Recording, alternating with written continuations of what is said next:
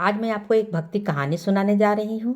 दीक्षा लेने के बाद भक्त के ऊपर भक्त की राह में कितना ही कष्ट आए, मन में यही आए कि परमात्मा जो करता है सो अच्छा करता है। एक राजा तथा महामंत्री गुरु के शिष्य थे।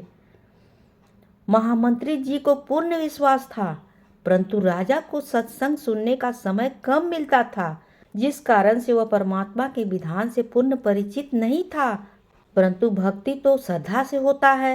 महामंत्री को राजा हमेशा अपने साथ रखता था, उसकी सबसे अधिक इज्जत करता था।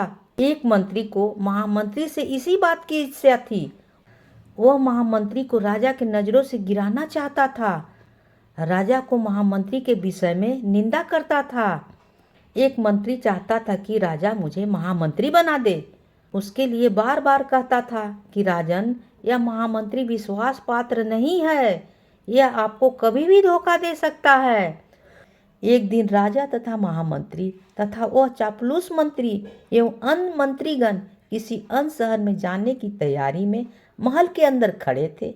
राजा अपनी तलवार को निकालकर उसकी धार तीखा करने में लगा हुआ था और अपने अन्य मंत्रियों से बात भी कर रहा था, जिस कारण से राजा के हाथ की एक उंगली कटकर गिर गई। चापलूस बोला कि हे राजा, यह क्या हो गया? हमारे राजा कितने सुंदर थे, आज हमारा दुर्भाग्य का दिन है। हाय, हमारे राजा को क्या हो गया? प्रजा का कौन सा भार अपने ऊपर ले लिया? महामंत्री बोला, अच्छा हुआ, परमात्मा जो करता है अच्छा ही करता है। राजा दर्द से व्याकुल था तथा ऊपर से यह सब सुने तो महामंत्री के प्रति गुस्सा आया और सैनिकों से कहा कि इसे जेल में डाल दो। ऐसा ही किया गया। चापलूस चुगलखोर को महामंत्री नियुक्त कर दिया गया। उंगली का उपचार कराया। 6 महीने में उंगली का घाव भरकर ठीक हो गया, कोई दर्द नहीं रहा। अब राजा के दाएं हाथ के 3 उंगलियों और 1 अंगूठा बचा था। राजा अपने नए महामंत्री से अति प्रसन्न था, क्योंकि उसका दाव लग गया था। वह राजा से कहता था, हे राजन, मैंने तो आपको बहुत बार कहा था कि यह आपको धोखा देगा। उस दिन आपने अपने कानों से सुन लिया ना कि वह बोला उंगली कट गई तो अच्छा हुआ। वह तो आपके मरने में खुशी भी मना सकता था, वह आपको कभी मरवा भी देगा। राजा उस चापलूस की प्रत्येक बात को सत्य मानने लगा था। एक दिन राजा उस नए महामंत्री के साथ जंगल में शिकार करने गए। दोनों गहरे जंगल में चले गए। आगे कुछ मील पर लोग थे। उन्होंने उन दोनों को पकड़ लिया और अपने पुरोहित के पास ले गए।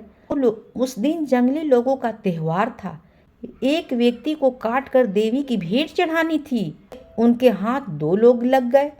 पुरोहित ने कहा कि 2 ले आए हो, कोई बात नहीं, दोनों को बलि चढ़ा देंगे और देवी अधिक प्रसन्न होंगी। पहले उसकी जांच करो कि कोई अंग भंग न हो, यानी काना, कोतरा, हाथ या उंगली कटी उटी नहीं हो। जांच की तो पता चला कि एक व्यक्ति के हाथ की 1 उंगली कटी है। पुरोहित ने कहा कि इसे छोड़ दो, दूसरा ठीक है तो उसकी गर्दन काट दो। उसी समय राजा को छोड़ दिया और चापलूस महामंत्री की गर्दन राजा के सामने काट दी गई और देवी को भेंट चढ़ा दी गई। राजा चल पड़ा और अपने महल में आया, सीधा जेल पर गया और महामंत्री को रिहा किया। राजा ने महामंत्री जी को सीने से लगा लिया और कहा कि जब मेरी हाथ की उंगली कटी थी और आपने कहा था कि जो होता है अच्छा होता है, भगवान जो करता है अच्छाई के लिए करता है, वह सही बात है। यदि उस दिन मेरी उंगली नहीं कटी होती तो आज मेरी जान चली जाती। भगवान ने बहुत अच्छा किया जो मेरी उंगली कट गई। राजा ने फिर कहा कि मेरे लिए तो अच्छा हुआ, परंतु आपको 6 महीने की जेल व्यर्थ में ही दोष काटनी पड़ी। आपके लिए क्या अच्छा हुआ? महामंत्री बोला कि आज मैं जेल में न होता तो आपके साथ जाता, वहाँ मेरी गर्दन कट जाती, मेरी मौत हो जाती। 6 महीने की कैद में मेरी जान बच गई, मेरे लिए यही अच्छा हुआ। इस प्रकार भक्त को परमात्मा पर विश्वास कर अपने जीवन के सफर पर चलना चाहिए। कहानी होती है समाप्त।